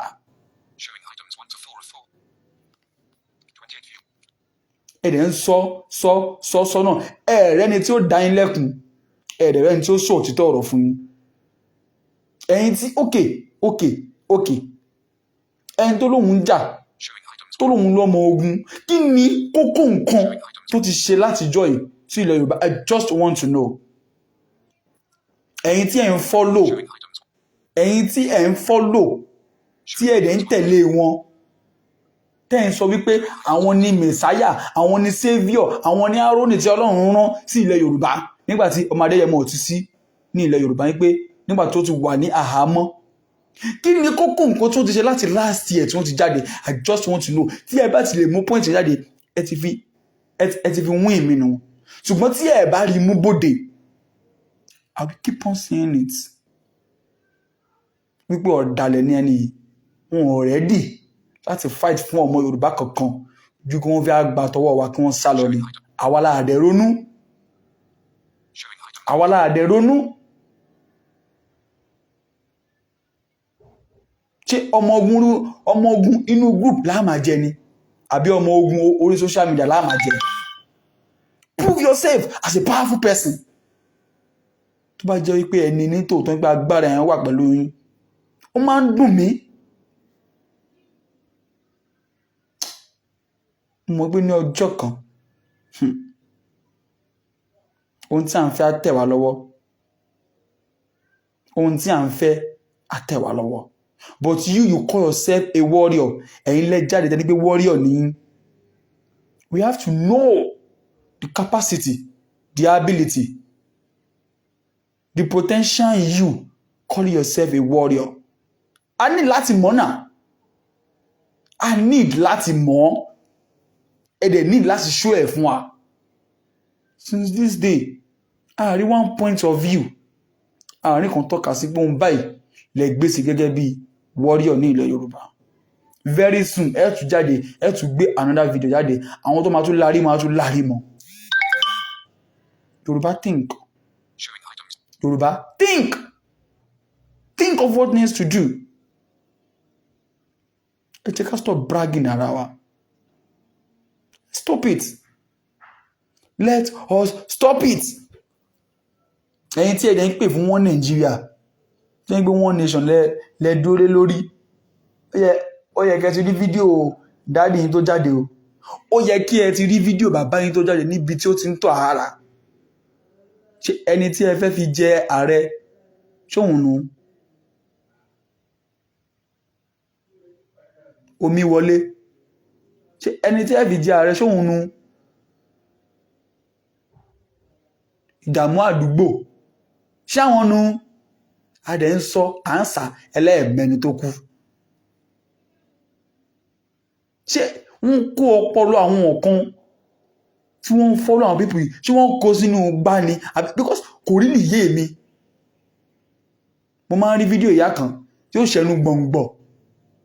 Tán bá gba wájú lé mi, àwọn ló gba wájú lé mi, wọ́n á tún gbẹ̀yìn lọ́la. Check it very well. Lẹ́kọ̀ọ́ wọ́n ń pààyàn bẹ́ẹ̀, àwọn ọmọ tá ń ṣe tí wọ́n lẹ́kọ̀ọ́. Lọ́yọ̀ state àwọn ọmọ tá ń ṣe tí wọ́n bì. Lógùn state wọ́n fi wọ́n ṣògùn owó. Ní Ọ̀ṣun state ìjà party to party ló ń ṣẹlẹ̀ bẹ́ẹ̀ wọn. Níbo la wá ń lọ? Ṣé ibi tí a ní a fẹ́ dúró sí náà nìyẹn? Látànà tí ohun tó ṣẹlẹ̀ ti ṣẹlẹ̀, mi ò bá gómìnà ìpínlẹ̀ Ọ̀yọ́ dìde láti san kankan. Tí wọ́n bá sọ wípé òun ló wá ṣe, tí wọ́n á parọ́ mọ́ ni. Wọ́n ò parọ́ mọ́. Wọ́n ò parọ́ mọ́. Because àwọn nǹkan ò lè wà níbì kan. Wọ́n máa jẹ gàba wípé àwọn làwọn tó báyìí, àwọn làwọn ní agbára báyìí. Why? A dẹ̀ sọ wípé a ní gómìnà, a ní adarí ní ilẹ̀ Yorùbá ní ìpínlẹ̀ kan tí wọ́n dẹ̀ máa pa àwọn ọmọ ìlú rẹ̀ kó dẹ̀ lè má sọ ha. That means ìwọ náà mọ̀ sí nìyẹn. Know of it. Ẹ̀yin kan wá ń dìde. Ẹ ń lo àwọn videos kankan. Ẹ fi ń polongo. Ẹ fi ń bá wọn ṣe ìdìbò tí ò ní ìtumọ̀. Ìdìbò tí ò lè sèso oore. Tó bá jẹ́ tòótọ́ ní pé ẹ̀yin àgbààgbà yìí ẹ̀ ń ṣiṣẹ́ lórí Yorùbá nation tòótọ́, yíyẹ yìí la máa mọ̀ lórí ìdìbò tó ń bọ̀ l'Ọ̀ṣun state àti Èkìtì. Yíyẹ yìí la mọ̀ ibẹ̀ yẹn láti mú àwọn àgbààgbà tó ti gbà bọ̀dẹ̀. Níbẹ̀ lẹ́yìn kan ti ń sọ wípé kí Yorùbá nation náà kó contest as a president. Ẹ ti gbà bọ̀dẹ̀ torí ẹ kàn wá sí inú Yorùbá nation láti lè wá fi gain viewers, láti lè fi gain publicity, kẹ́yìn náà kẹ́ba lè fẹ́ contest fún òṣèlú ní next year. Ṣùgbọ́n ẹnikẹ́ni tó bá nírú ẹ̀ lọ́kàn, tó bá ní lọ́kàn, Ògún ló máa fẹ́ jẹ ẹwẹ́. Ògún ló máa fi ẹran ẹ̀ láti yílẹ̀. Torí Ọlọ́run á wọlá gbogbo àwọn ìyá tí wọ́n wà nínú òtútù, tí wọ́n wà lọ́hùn tí ò sí ìfọ̀kànbalẹ̀. Tí ò sí ìfọ̀kànbalẹ̀ fún wọn níbi tó wà, tó yẹ kí wọ́n kérora nílùú onílùú, wọ́n jẹ ìyà. Èèyàn wà lọ́hùn, kò sí ìfọ̀kànbalẹ̀, kò sí kankan, nǹkan dẹ̀ wà ń bì kan ẹ̀ ń torí ohun tí ẹ fẹ́ jẹ́ ẹ fi ń parọ́ gbowó lọ́wọ́ wọn lórí pé ẹ fẹ́ jẹ́ nǹkan lọ́dún tó ń bọ̀ lórí pé ẹ náà fẹ́ clamor ẹ fẹ́ lọ fún ipò kan ní ilẹ̀ Yorùbá ẹnikẹ́ni tó bá nírú ọ̀lọ́kàn láàrin yín ìdájọ́ Ọlọ́run á bà lé lórí ogun á dẹ̀ fẹ́ràn yín wẹ̀ pátá. Because what you people are doing, you are doing bad to the citizen of Yoruba. Ọlọ́run á dẹ̀ wọ láwọn ìyá tí wọ́n ń bẹ nínú òtútù, àwọn bàbá tí wọ́n ń bẹ nínú òtútù, tí wọ́n ń send owó sí, Ọlọ́run á wọ láwọn ìyá yìí, Ọlọ́run á fi fìyà jẹ yín tó bá jẹ́ pé irọ́ lẹ̀ ń pa fún wọn. Torí ẹ̀yin kan àmọ́ yín o, ilẹ̀kùn tí múwá ni. Múwá ni. Ẹ̀rí ẹ̀dúkọ̀ sórí social media, ẹ máa fún ẹnu olóṣèlú lẹ́dẹ̀ ń ṣiṣẹ́ fún. Why? Tó jẹ́ wípé ibi tẹ́nìkan bá sọ̀rọ̀ sí lẹ́yìn náà máa sọ̀rọ̀ lọ. Why tẹ́ ẹ lè sọ òtítọ́ ọ̀rọ̀? Ẹ̀yin kan ń sá sábẹ́ ìjọba ẹ tún jáde padà, ẹ sá sí sábẹ́ ìjọba ẹ tún jáde padà. Adela ń clamor fún Yorùbá nation. Máa wọ ọ̀pọ̀lọpọ̀ tó jẹ́ wípé a máa panic, ẹ̀rù a máa bà torí pé ó wà ní orílẹ̀-èdè Nàìjíríà láti lè fi sọ òdodo ọ̀rọ̀. Ṣé bá àwọn tó yẹ ká máa bẹ̀rù rèé? Àbí àwọn tó yẹ ká máa bẹ̀rù rèé? Ṣé mo ti kọ́lé kan ni? Àbí mo ti ní ọkọ̀ kan síbì kan ni? No. But I wish to fight this for my people. Mi ò ready láti gain publicity lọ́wọ́ anybody. Ṣùgbọ́n ó wù mí lọ́kàn láti lè máa sọ òtítọ́ ọ̀rọ̀ fún àwọn ènìyàn tó bá ready láti gbọ́ òtítọ́. Ẹ̀yin kan ẹ̀dẹ̀ wà ń bì kan ẹ̀dẹ̀ ń parọ́ fáwọn kan torí pé ẹ fẹ́ gain viewers. Mo máa ń sọ o,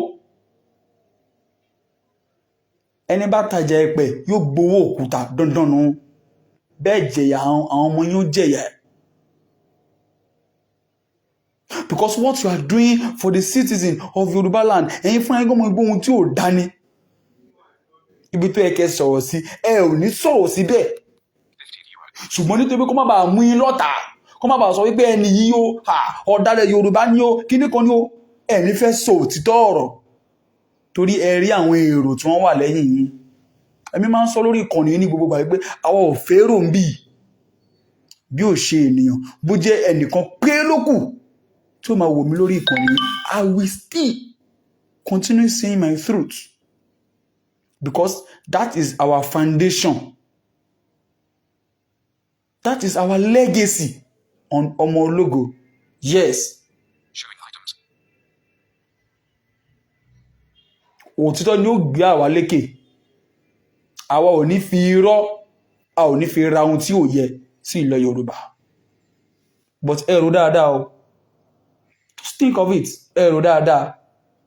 Wípé ibì kan péré ni gbogbo wa ń bọ̀. Tí ń ṣe ẹsẹ̀ mẹ́fà. Gbogbo apáta la ń lọ síbẹ̀ o. Kò sí ẹni tó yẹ lórí rẹ̀. Gbogbo ohun tí mo sọ pátá láti lè fi sọ òtítọ́ ọ̀rọ̀ fún ọmọ Yorùbá ni o. Ẹ jẹ́ kí a rò dáadáa. Bí ẹnikẹ́ni bá jáde tó bá ń béèrè owó, ẹ kọ́kọ́ bi irú ẹni bẹ́ẹ̀ ohun tí a fún yín lówó fún ní ìgbà kan kí ni àwọn nǹkan tí ẹ sì fi gbé ṣe. Ẹ jẹ́ ká rí. Ẹ jẹ́ ká rí àwọn nǹkan tí ẹ ti fi owó tí ẹ ti fi ṣe. Let us see it now. Ẹ̀ẹ̀kan lè máa jáde kẹ́ máa béèrè fowó lọ́wọ́ wa. Ìgbà yẹn gangan ni wọ́n máa mọ̀ wípé ẹ ti ready. Ẹ ti mọ ohun tí ẹ ń ṣe. Ṣùgbọ́n tó máa tún jáde, tó máa tún gbé another video fún yín, tẹ́yìn bá tún larí mọ́, wọ́n á mọ̀ wípé àwọn púpù yóò ti ready. Owó wọn ó sì pọ̀ dáadáa. Please, let's think of what next to do. Tó bá jẹ́ pé orílẹ̀-èdè kan ló kù tí a máa lọ attach mọ́, tí a fi gbọ́ òmìnira. Let's go there now. Ṣé bí àwọn Biafra ṣe ti wọ́n? Ṣé bí wọ́n lọ link mọ́ Israel ni? Àbí ṣé nǹkan wà tó ń dá ọmọ Yorùbá dúró tá nílé líìkì mọ́ ibì kan ni?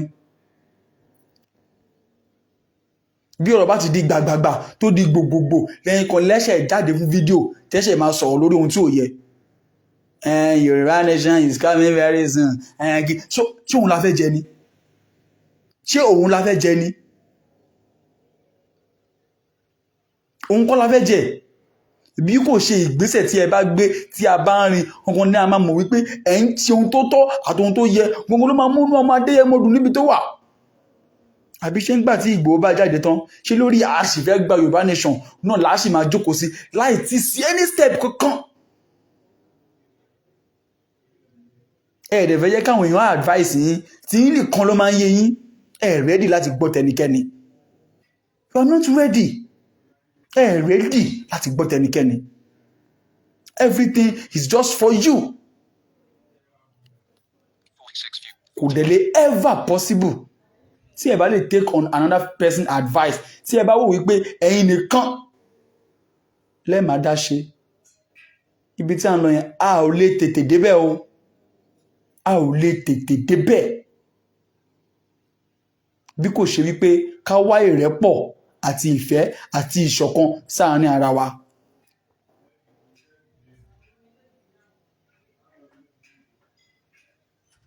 ó ṣe mí láàánú nígbà tọ́rọ̀ kan náà jáde ní ọ̀sẹ̀ bíi méjì sẹ́yìn lórí ọ̀rọ̀ ọmọ Adéyẹmọ tẹ́yìn kan wá ń sọ wípé ọ̀rọ̀ rí bẹ́ẹ̀ o báyìí lọ́rọ̀ ṣe jẹ́ kí ló dé tí ẹ̀ ń hide ohun tí ò yẹ. that means ẹ mọ̀ nípa ọ̀rọ̀ bàbá yìí ẹ̀yin fúnra yín gan ẹ kàn ń ṣojú ayé síta ni.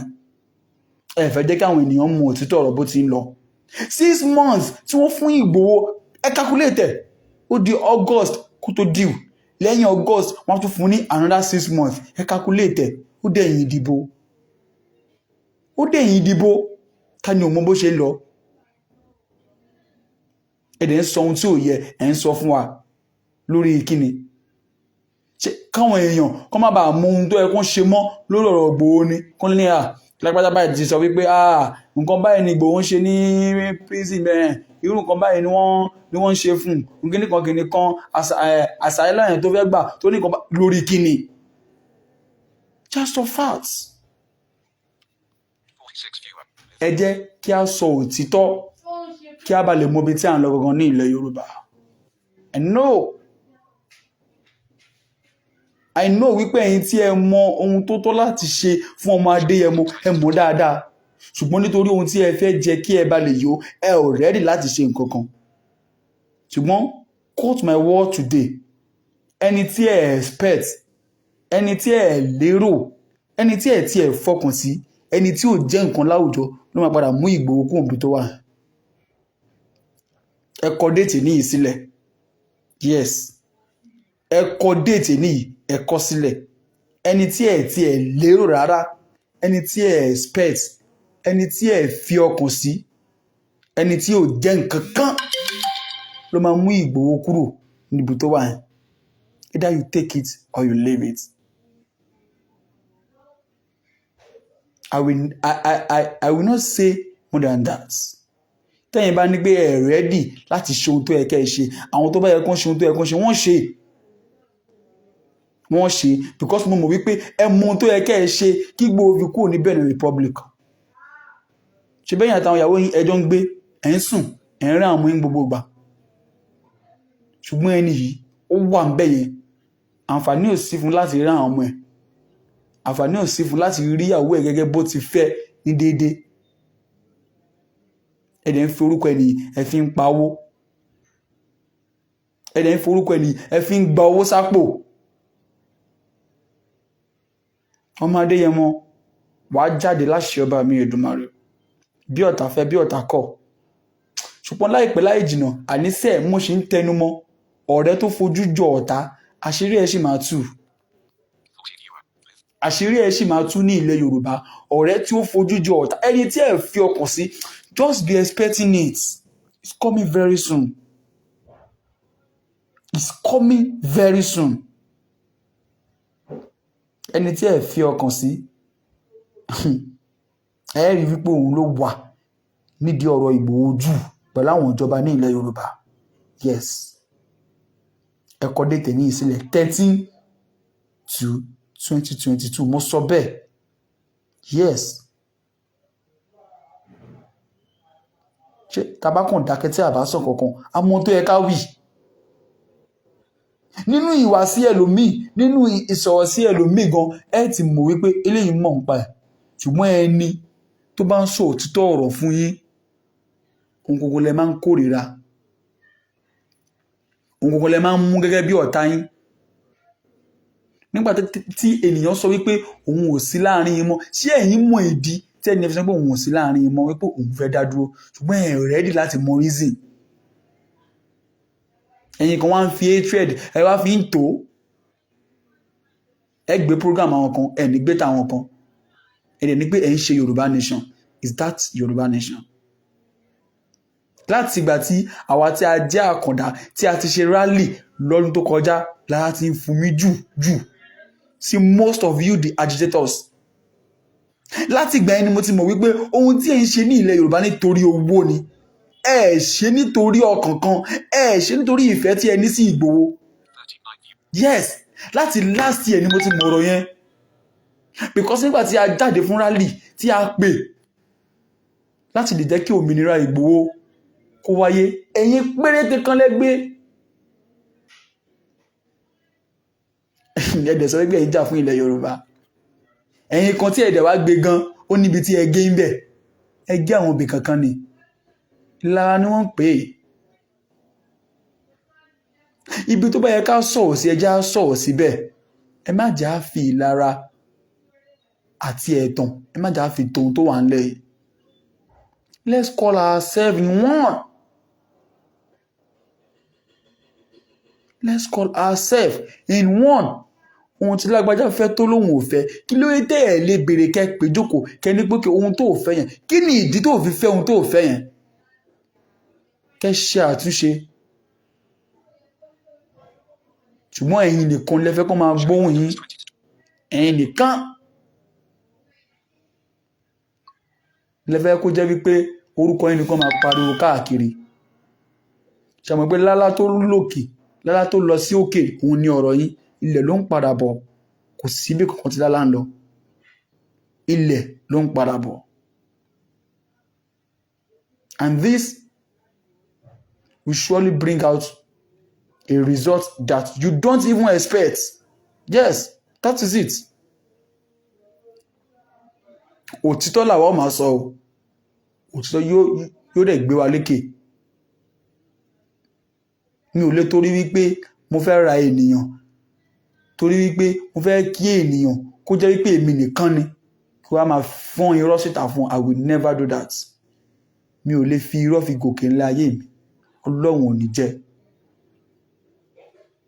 Ó pè mí kí n máa sọ̀rọ̀ tọ́wọ́ kí n máa rí èèyàn méjì mẹ́ta kúkàn nífẹ̀ẹ́ mi lásán ju kí wá máa parọ́ kí millions of people kó wá fẹ́ mi lọ kó wá jẹ́ wípé fífẹ́ tí wọ́n tún fẹ́ mi gan wọ́n tún ṣí ọ̀tẹ̀ mi lẹ́yìn. No, it's better for me to see a people bí abí mẹ́ta àbí méjì kó nífẹ̀ẹ́ mi àtòhun tí mò ń sọ.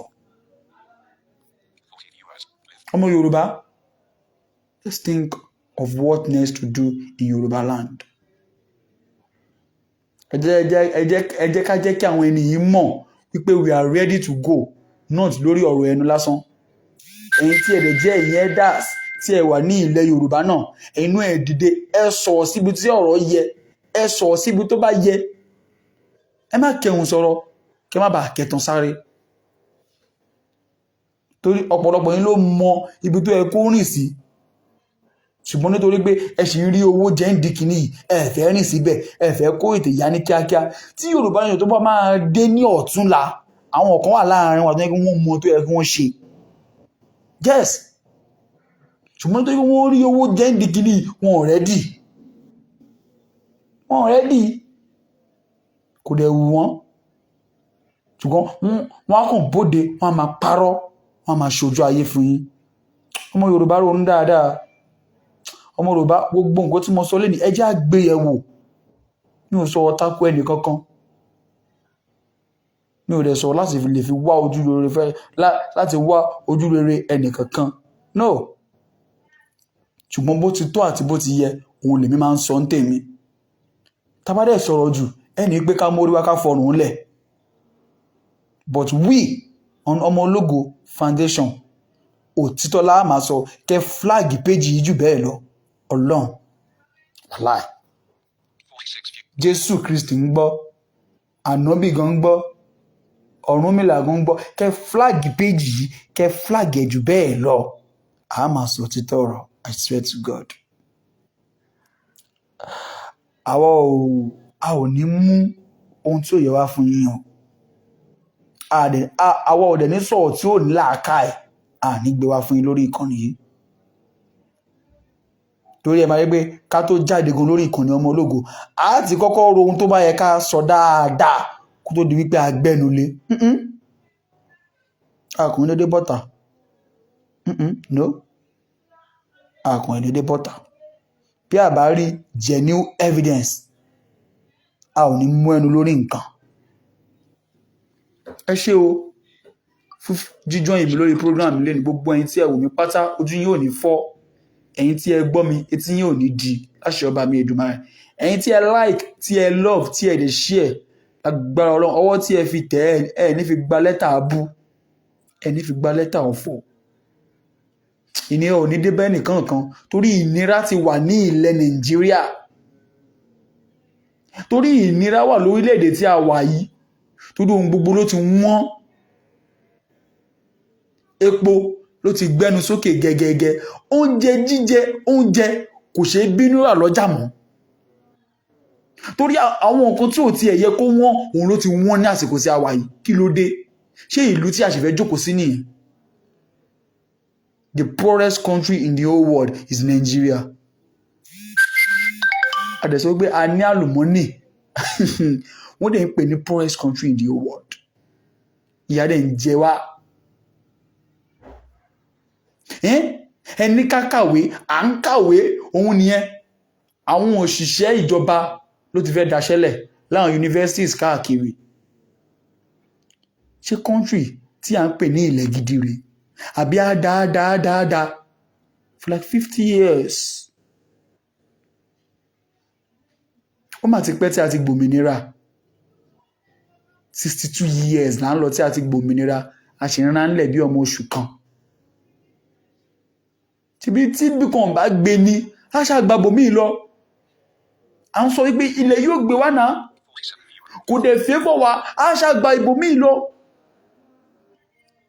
Ẹgbọ́n ohun tí bàbá bá sọ, ẹgbọ́n ohun tó sọ. Wọ́n ní generation àwọn ó ti bà nǹkan tó pọ̀ jẹ́. Àwa tó kù ń bẹ̀ ló ẹ̀ka mọ̀ tó ẹ̀ka ṣe. That means wọ́n mọ̀ wípé àwọn ti hùwà ibi, àwọn ti ṣe kò tọ́ sí ilẹ̀ Yorùbá. Àwọn pípì yìí mọ ohun tí wọ́n ṣe. Àwọn pípì yìí wọ́n mọ ohun tí wọ́n ṣe.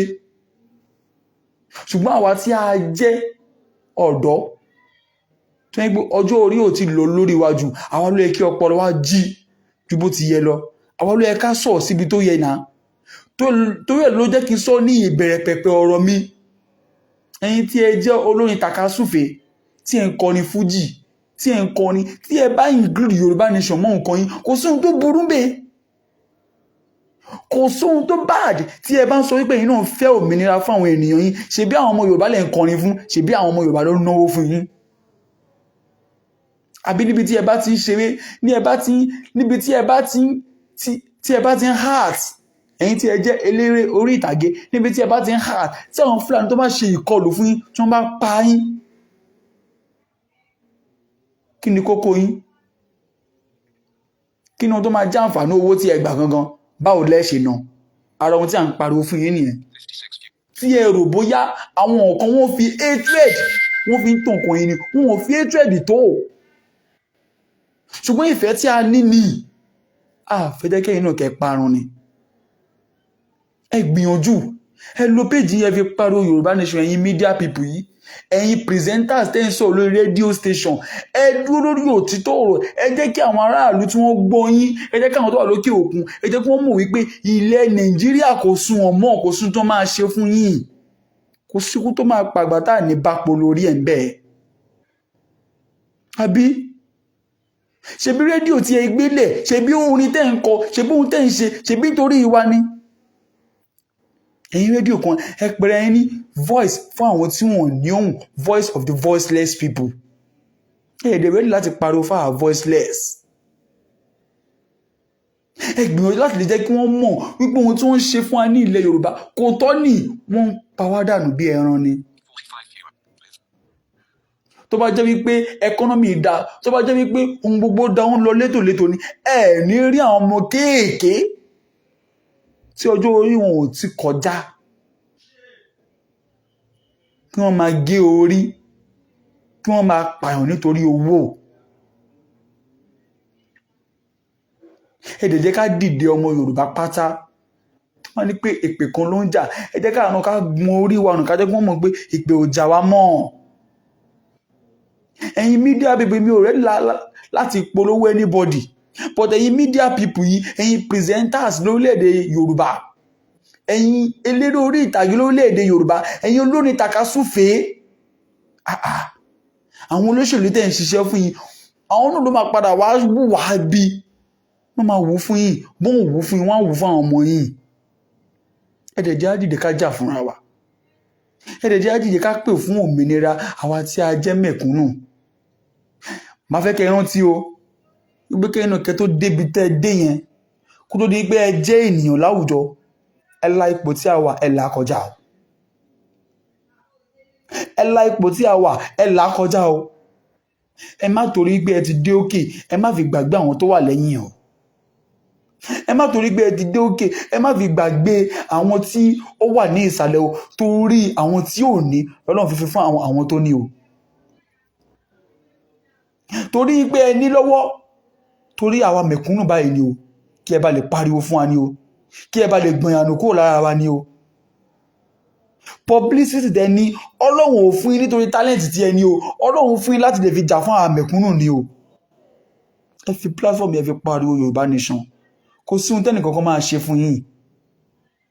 tí àwọn alágbára lórílẹ̀‐èdè Nàìjíríà tí wọ́n bá díẹ̀ ń lo decree power lórí wa, ó yẹ kẹjẹ́ àkọ́, torí ohun tó ń ṣe ní ilẹ̀ Yorùbá is not right with democracy tí a béèrè fún ní 1999 àbí 1998 ní 1999 kò tálì mọ̀.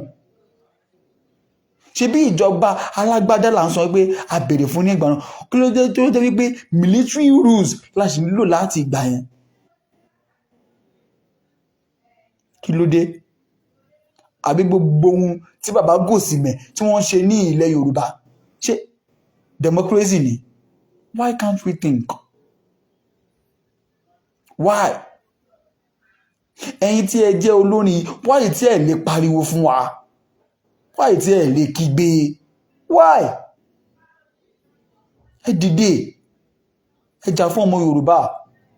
ọmọ ìyá kan náà ni wá, ibì kan náà láti ṣẹ̀ wá. tí Yorùbá nation bá délẹ̀ tán, á jọ gbádùn ẹ̀ ní. á jọ gbádùn ilẹ̀ Yorùbá ní tó bá délẹ̀ tán. Let's fight for ourselves.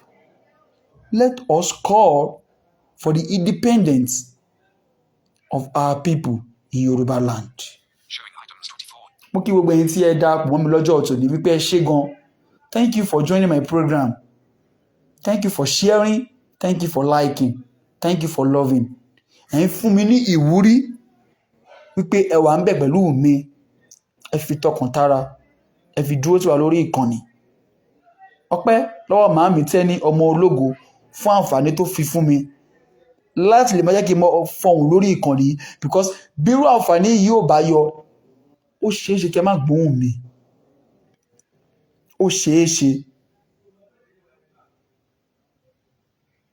Thank you very much my mommy. ẹ ò ní fi ọwọ́ ara yín, ẹ ní fi gbọ́ àwọn ọmọ yín sí agbára Ọlọ́run. ẹ jẹun ọmọ, ẹ jẹun ọmọ láṣẹ ọba mi Èdùmàrè. gbogbo àwọn tí wọ́n dẹ̀ ń lépa yín láti pa, Ọlọ́run máa ń fẹ̀mí wọn ṣòfò agbára Ọlọ́run. ẹ̀yin lẹ́lẹ́kì ọ̀tá o. ilẹ̀ Yorùbá a ò jọ débẹ̀ ni, a ò ní fẹ́ ẹnìkankan ṣàwátì. òtítọ́ àti òdodo tí ẹ dúró lé lórí, tí ẹ fi ń pẹ̀tù sí ọmọ Yorùbá nínú, Ọlọ́run á fi gbé yín lékè gbogbo àwọn ọ̀tá yín pátá. ẹ ní jèrè tìjú máa o. ìbànújẹ́ kí ó tóbi kò ní jẹ́ ti yín Tẹ́ni ọmọ ológo. mo kí gbogbo ẹ̀yin bàbá mi àtẹ̀yin màmá mi tí àǹfààní ò sí fún mi láti lè fi dárúkọ, torí tí bá ní kí n máa dárúkọ máa ṣe ọ̀pọ̀lọpọ̀ ènìyàn. ṣùgbọ́n ẹ̀yin tí ẹ jẹ́ olólùfẹ́ tòótọ́ ti Táíwò ọmọ ológo, mo dúpẹ́ o, mo dúpẹ́ o, mo dúpẹ́ lórí ìfẹ́ tí ẹ fi ń hàn láti ìbẹ̀rẹ̀ pẹ̀pẹ̀ wá. Bí àǹfààní bá yọ lẹ́ẹ̀kọ̀ọ̀kan á máa jáde láti lè máa fi nǹkan bó ṣe ń lọ láti lè máa fi tó wa létí ilẹ̀ Yorùbá. Ṣùgbọ́n ohun tí a bá ń ṣe, màá fẹ́ jẹ́ kí a rántí o, ẹ jẹ́ kí a rántí ọjọ́ kan tí wọ́n á pè wá tá ò ní dáhùn. Màá fẹ́ kí a rántí ọjọ́ kan tá a sùn tá ò ní jí mọ́. Màá fẹ́ kí a rántí ọjọ́ kan tí a lọ jíìn níwájú àṣẹ̀dá tó dá wa sílé ayé. Nǹkan yẹn kan tí màá fẹ́ kí a rántí nìyẹn. Ẹ jẹ́ a rántí o, ẹ jẹ́ a rántí wípé ohun gbogbo tí a bá ń ṣe pátá ló lẹ́san. Àtẹ̀yin tẹ́ ń ṣe rere, àtẹ̀yin tẹ́ ń ṣe ibi, nǹkan yẹn kan péré ni ó jẹ́ ọmọ fún oníkálùkù, ìyẹn tí ń ṣe ẹ̀san. Ẹni tó ń ṣe rere á gba ẹ̀san rere, ẹni tí ń ṣe ibi á gba ẹ̀san ibi. Òṣìkà mọ̀ pé ohun tóun ṣe ò dáa, ṣùgbọ́n ó ń wá ẹni tí ó sọ fún ni. Ṣùgbọ́n èmi ò bá rọ òṣìkà wípé kó yí ìwà ìkà inú rẹ̀ padà kó tó di pé ó dà lé òun àti gbogbo àwọn ọmọ ẹ̀ lórí. Òṣìkà, rántí ọjọ́ ọ̀la, rántí àtúbọ̀tán, rántí pé nígbà tó bá yá ìwọ nìkan ni ó kù pẹ̀lú ìwà rẹ. Àwọn tí wọ́n ń pariwo rẹ, tí wọ́n tì ẹ́ lẹ́yìn lónìí, wọn ò ní sí lẹ́yìn ẹ mọ́ o, yóò kí ìwọ àti orí rẹ. Gbogbo ẹ̀yin tí ẹ dẹ̀ ń lọ wá agbára nílẹ̀ Yorùbá torí pé ẹ jẹ́ nǹkan, ẹ rántí wípé ọjọ́ kan ń bọ̀ tí a jọ pàdé ní ibì kan náà, tí a jọ máa jíyìn, tí a jọ wà ní ipò kan náà, tí oníkálùkù á dẹ̀ ti máa gbàdájọ́ rẹ̀, láti máa wora wa lójú wípé ṣé pé ìwọ náà ni wọ́n ń lọ síbi báyìí. Ẹ rántí o wípé ayé yìí ò lọ bí ọ̀pá ìbọn. Ohun tí ẹ bá ṣe la máa fi pìtàn yín tó bá di ọ̀la. Whatever anything you do, làwọn ọmọ yín gan máa jèrè ẹ̀ tó bá dọ̀la. Bóyá ní dáadáa ni àbí ní ìdàkejì, rántí wípé ohun tí òun bá ń ṣe, òun láfi sọ̀rọ̀ rẹ̀. Ẹ̀san ń ké lọ́wọ́lọ́wọ́ ní ilẹ̀ Yorùbá. Ẹ̀san ń ké lọ́wọ́lọ́wọ́. Kó tó di pé ó ké dé ọ̀dọ̀ rẹ, yí ìwà ibi tó wà nínú rẹ padà. Ìwà aburú, ìwà ọ̀dájú, ìwà irọ́, ìwà olè, ìwà ọ̀dàlẹ̀, yí padà, yí padà, yí padà, torí pé ọjọ́ ẹ̀san ń bọ̀ tí oníkálùkù yóò kẹsàn gbogbo tó wá láyé yìí wá ṣe. Àwọn kan náà ti ń kẹsàn tí wọn lọ́wọ́lọ́wọ́ o, torí ibi tí ò yẹ kí wọ́n ti ṣe ẹ̀sín, ibẹ̀ ni wọ́n ti ń ṣe ẹ̀sín. Mo kí ẹ ṣé, thank you very much, thanks for the love. Ẹ ṣé o, ìpàgọ́ ò gbọ́ṣù tí o ẹ bá ti kọ́mẹ̀tì kẹ bú wa síbẹ̀ àwa ò rí o, á padà wá kà kò lè dùn wá o. Ohun tí ẹ bá sọ ẹ̀yin lẹ mọ̀, àpò ara yín lẹ sọ sí, ṣùgbọ́n òótọ́ tó bá yẹ ká sọ lórí ìkànnì Tẹ́ni ọmọ ológo, àwa ò máa sọ o. Kò sí ohun tí ẹ lè ṣe. You can never stop us. We are unstoppable. Ọmọ ológo on point. Thank you very much. I appreciate you for joining me, for liking, for sharing. Thank you, thank you, thank you, thank you. Ọlọ́run á nífẹ̀ẹ́ oníkálùkù yín o. Táíwò ọmọ ológo òun lèmi ń jẹ́. Aṣọ tó ní báwọn sọ ti ṣẹ́ nígbà kọ̀ọ̀kan, ẹni tí ọba mi Èdùmàrè tó ń fi ojoojúmọ́ tó fi ń yọ́nú sí òun gangan rí. Ẹ ṣé o. Ẹ lọ́jọ́ rẹ. A máa tún pàdé lọ́jọ́ mi. Thank you. Love you all. Yoruba nation now. Yoruba nation now. Yoruba nation now. Igboho ni mí tọkàn tara. Ọmọ ológo on point. Tẹ́ni ọmọ ológo, rise on my mommy.